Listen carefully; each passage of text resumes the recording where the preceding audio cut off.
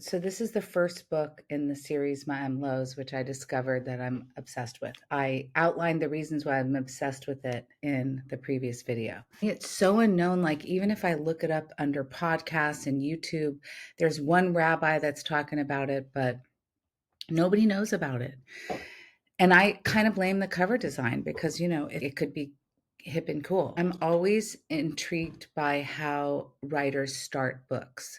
Even the first line, like Camus' L'étrange, my mother died today, or was it yesterday? And then when you think about a lot of the great books in history that are explaining religion, like Milton's Paradise Lost, here I sit dove like, brooding over the vast abyss of literature describing the ways of God to man. I'll find the exact quote, but it's like something like, I am about to undertake this huge job of explaining the ways of God to man in verse. By the way, you can listen to it now. It's kind of amazing to listen to Milton's Paradise Lost. So, how is Yaakov Culi going to start this book? He has an author's note. So, the author's note is super humble. I already went through the translator's introduction and the introduction to the Hebrew translation. Now we're going into the author's introduction. What's going to be his first line? It's so short and elegant. It's like a crisp white shirt. We shall begin this book with a discussion of the basic principles of Judaism. Where possible, these will be illustrated by stories and anecdotes. First, we will present 4 ideas which, if constantly kept in mind, will keep one from sinning. I thought that's like an interesting take because, Jews really aren't that big on sin and we sin a lot. So he just says, I will present 4 ideas. And then he gets right into them. He doesn't go into some long, windy explanation of the lofty idea of the book. He's just all about, let me cut to the chase. So the first idea is one must think about the wonder of God's creation. The entire universe and everything in it was created 5,490 years before this book was written. Absolutely nothing existed before God created the world. God is concerned with all the world, and he looks into each detail. Not only does he direct the universe as a whole, but he examines each individual, rewarding or punishing him for every deed. Look, I don't think you need to believe in God to be completely dramatically influenced by Hebrew scripture.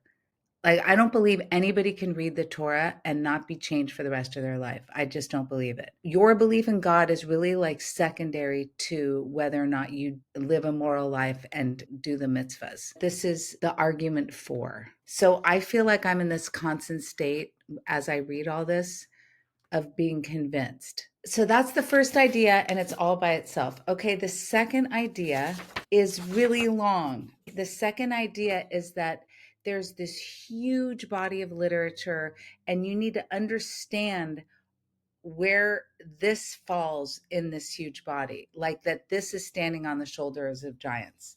There's the 10 Commandments, there's the Torah, there's the Midrash. Frankly, he describes a whole bunch of things that I didn't know. And so it would be like saying, okay, you're going to be a painter. You need to understand color theory, or you need to understand what paint is made out of, for example, which I wrote a book on. I wrote this book called The New Oil Painting about the materiality of paint. And one of the things that to this day bothers me, and one of the reasons why I wrote this book, is because you have no idea how many painters don't know what they're using to paint. They don't know the difference between organic and inorganic pigments. They don't know the fundamental things other than the result, which is the painting of the picture. And I feel like in this section, he says, it's important to realize the difference between earlier generations and those who came later. But first, we'll present a short history of the Torah and how it was revealed. Nice. Like he's kind of like, let's take you all the way to the beginning because I'm going to assume that you don't know anything. And he's just like to the American Jewish audience, we don't know anything. Okay, then he gives dates, which I've never seen before. Moses received the Torah on Mount Sinai in the year 2448 after creation, which was 1312 BCE. But so again, we're only on the second idea, by the way. It goes into this amazing, really interesting history about all the different rabbis that like midwifed the interpretation of the Torah to the people throughout time. But it's like stuff I never knew. Like, I did not know this until very recently, but the Torah is the 5 books of Moses, and it doesn't end with the Jews going to Israel. It ends like at the cusp of it. And the Hebrew Bible it's the Torah, the prophets, and then the writings.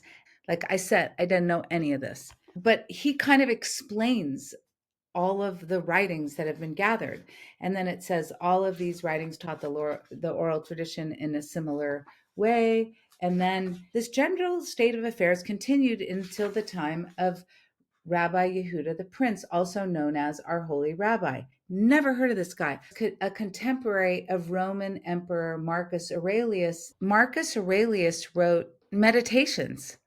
And it's funny, like Meditations is a hugely popular book today. There's a whole bunch of tech people in Silicon Valley that swear by Marcus Aurelius's Meditations. Like he weaves in people that you have heard of. And then it says, although the oral Torah was not meant to be written, Rabbi Yehuda saw that the persecutions were becoming increasingly harsher.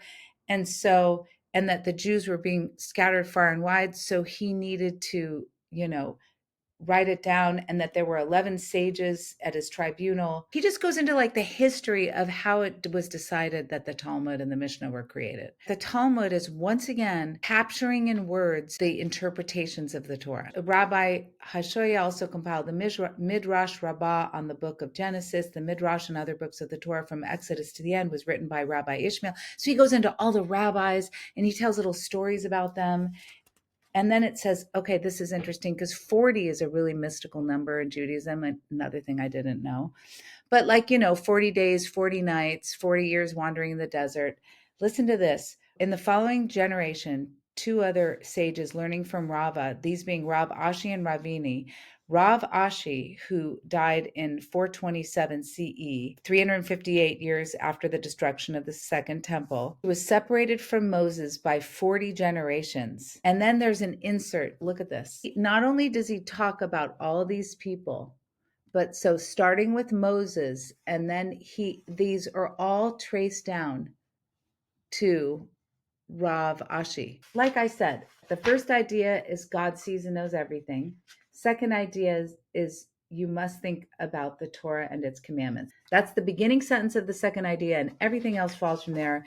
And it's this glorious, deep explanation about all of the things related to the different translations. By the way, and then he goes into the side shoot of the translations that were in Ladino, because that's his generation. This is before the internet. There were people stuff doing over like in Europe that he did not know about at the time of this. Anyway, the last sentence in the second idea is, as a result, heaven forbid, it is very possible that the Torah will be forgotten by a majority of the Jewish people. He was terrified. It's just so good. It's like interesting and important. Okay, the third idea, first sentence of the third idea, one must constantly meditate on the commandment, you shall love your neighbor as yourself, from Leviticus.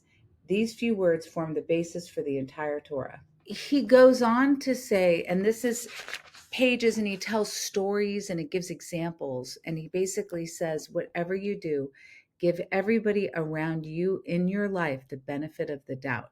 Assume they mean well. All the different stories and parables and folklore that he uses to describe that one thing is pretty powerful, because I think that's something we could all work on. Just be a mensch, really, is what it says. But the examples that he gives are extreme. It's almost like the giving tree. If you have one last thing to give that thing, because you're helping somebody else. Just think of other people before you think of yourself, is really what the third idea is. So the fourth idea, I'm going to read the sentence. One must constantly meditate on the fact that he is mortal and will eventually die. He basically says you need to keep in your mind that you are going to die as you live every day. And, I was reading today, there was this woman that has a child that has a disease, and the child went into remission. And she said on her Twitter thread, when you go to sleep tonight, think that in your mind that you're 80 years old, that you went to bed 80 and that you woke up at your age now. And then think of what it would be like to live life as your age now fresh, like you got a do-over, that you went to bed and you were 80 and you woke up at 30. So what would you do differently, and how would you appreciate the world more? And it was just a little phrase in this long rant that she went on about how grateful she was that her child was better. I just think like the simplicity of, remember always that you're going to die and that you have one life and this is it, and you have to seize the moment and appreciate everything and be filled with gratitude for everything. So those are the 4 ideas that he starts off this book. Oh, before I go, let me tell you the rest. The scope of the anthology is what comes after the 4th idea. He said, "It is for all these reasons I've been impelled to do something for the average person and write a commentary on the entire Bible in Ladino. Each chapter will be an anthology of the teachings of the Midrash and the major Jewish classics. Also included will be all pertinent laws as presented in the works of the Rambam and in Rabbi Yosef Caro's Shulchan Aruch, which is a set table. And he also lived in Sfat. And he was like this famous rabbi. And I like, that's a whole other conversation. I will not discuss anything that goes beyond the law, merely the simple obligations binding on every Jew. This book will be divided into 7 parts." And then he lists. And then it says, "Do not think I have written anything of my own in this book. The entire volume is nothing more than an anthology based on the Talmud, Midrash, the Rambam's work, and the Shulchan Aruch and other major Jewish classics. I myself have done nothing more than to anthologize these works and translate them into Ladino so that everyone will be able to understand them." I love the way he says this. "Notes will indicate all the sources from which I have drawn. The Torah obligates us to quote our sources.